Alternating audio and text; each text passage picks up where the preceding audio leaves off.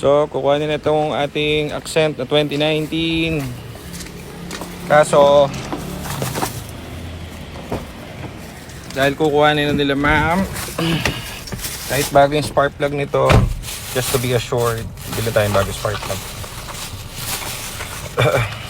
Wala tayong mechanic today kasi nakalib lahat, so papakapit na lang natin sa shed. Ayun lang muna. Then si driver natin for today, si Aljon Boy. Shoutout Aljon Boy. Shoutout po, good morning. Good morning. Yes. So, ano daw yun? Tinatanong ni ma'am. Ano po yan? TV box. Nakita nyo naman, may TV box pa. Saan ka pa? Ngayong Domingo ba tayo, boss? Oo. Sa kahit ano lang, Shell or petrol. Pakabit lang natin spark plug para sureable. Ganda pa. Ganda na itong unit na ito. Fields brand new.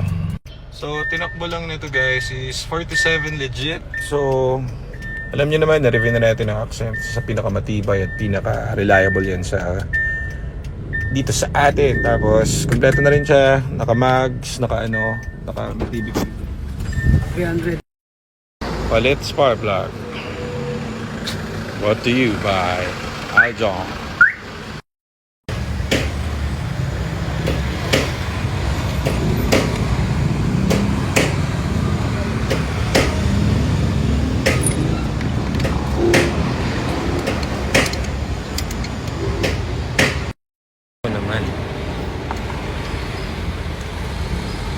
Bago. Bagong bago.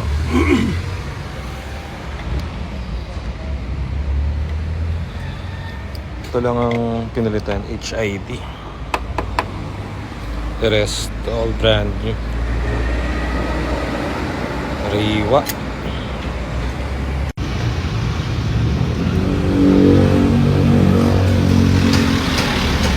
Autolite.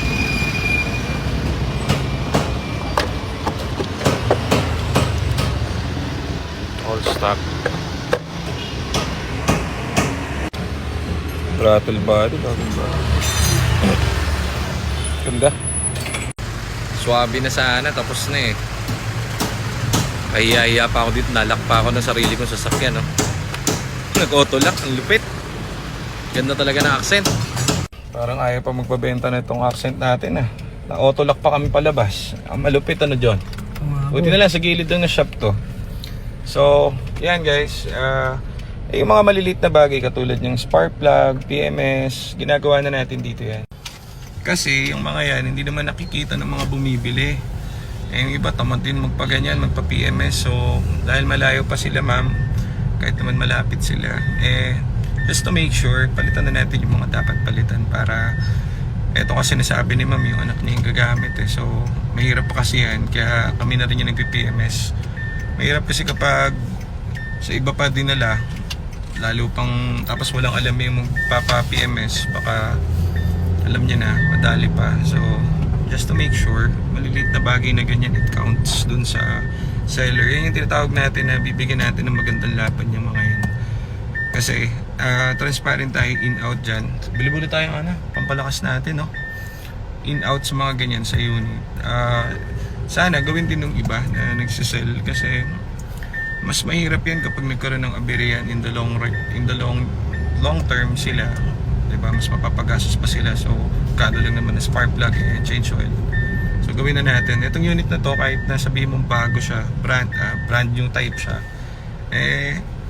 mas maganda sigurado kasi kung yung gagamit hindi naman ganun kaalam sa kotse, diba po, magkakaroon siya ng problem sa future.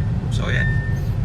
Atin na natin to, ando sila pag naantay kami. So, wala kasi mechanic ngayon, nag-absent si Joseph. So, pinakabit na lang natin yung spark dito sa kanto namin. Si Boy Aljon, what's up, John? What's up? Good day. Good day. At may palabas pa nga. Ay, yung mga, nagpa-reserve. Ay, hindi naman nagpa-reserve. Mga, nag-review po dito sa, nagnanais dun sa 2019 natin. Wala, sayang mga boss. Kinuha na rin ni ma'am. Hindi rin, syempre, hindi ko alam kung ba't kinuha.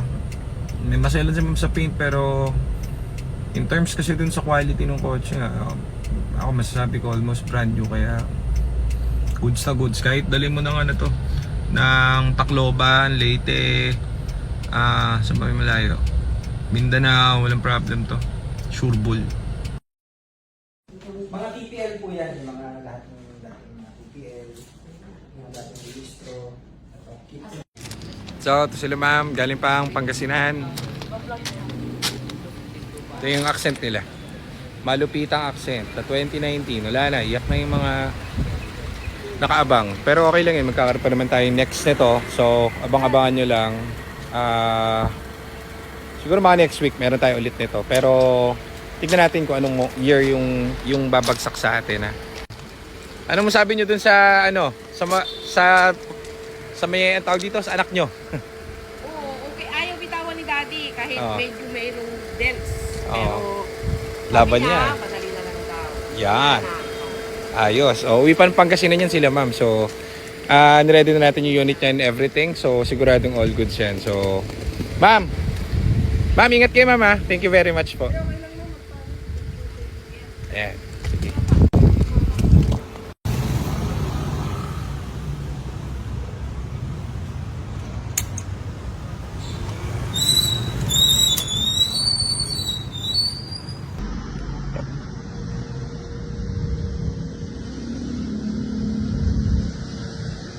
Ingat po, thank you po.